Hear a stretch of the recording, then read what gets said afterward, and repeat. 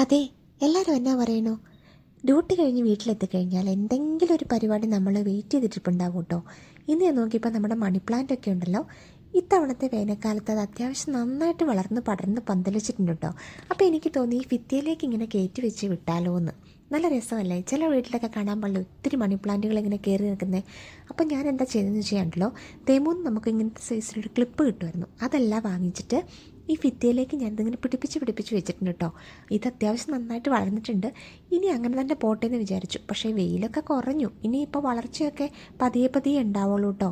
വേനൽക്കാലത്ത് നന്നായിട്ട് വളരും ഈ സംഭവം. നോക്കാം എങ്ങനെ പോകുന്നു. ഇന്ന് പിള്ളേരുടെ തണുപ്പിന് ഡ്രസ്സൊക്കെ എടുത്ത് ശരിയാക്കി വെക്കണമെന്ന് വിചാരിച്ചതാണ്. നോക്കിയപ്പോൾ എന്നാലും നല്ല വെയിലുണ്ട്. ഈ ഒരാഴ്ച വലിയ കാലാവസ്ഥ കുഴപ്പമില്ലെന്നാണ് പറയുന്നത്.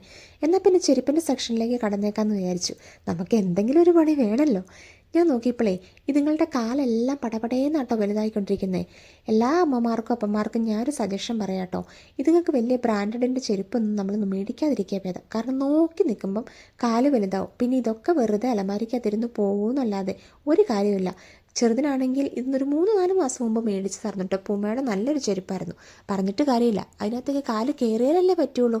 ഇനിയിപ്പോൾ ഇതെല്ലാം എടുത്ത് അവരുടെ സൈസ് നോക്കി ഇടിച്ച് നോക്കിയിട്ട് പറ്റില്ലാത്തൊക്കെ എടുത്ത് മാറ്റാമെന്ന് ഓർത്തോണ്ടാണ് ഞാൻ ഇരിക്കുന്നത്. അലമാരിയെങ്കിലും കാലിയായി കിട്ടുമല്ലോ. എന്തായാലും തണുപ്പ് കാലം വന്നു കഴിയുമ്പം ഇനിയിപ്പോൾ പുതിയത് വാങ്ങിക്കാതെയും പറ്റത്തില്ല. കഴിഞ്ഞ വർഷത്തെയൊക്കെ ചെറുതായിട്ടുണ്ട്. എന്നായാലും അലമാരിയെല്ലാം അവരുടേത് റെഡിയാക്കി ചെരുപ്പിൻ്റെ കബോർഡ്സ് എല്ലാം സെറ്റാക്കി വെച്ചിട്ടുണ്ട്. ഇനി മിച്ചം വന്ന സംഭവങ്ങളൊക്കെ താഴെ നമ്മുടെ സ്റ്റോർ റൂമിൽ കൊണ്ട് വെച്ചേക്കാമെന്ന് വിചാരിച്ചിട്ട് അതിൻ്റെ പരിപാടിയിലേക്കാണ് കേട്ടോ ഞാൻ. ഒരു പരിപാടിയെങ്കിൽ ഒരു പരിപാടി കഴിഞ്ഞു കിട്ടിയത് കൊണ്ടൊരാശ്വാസം. എന്നാൽ പിന്നെ ശരി, പിന്നെ കാണാവേ.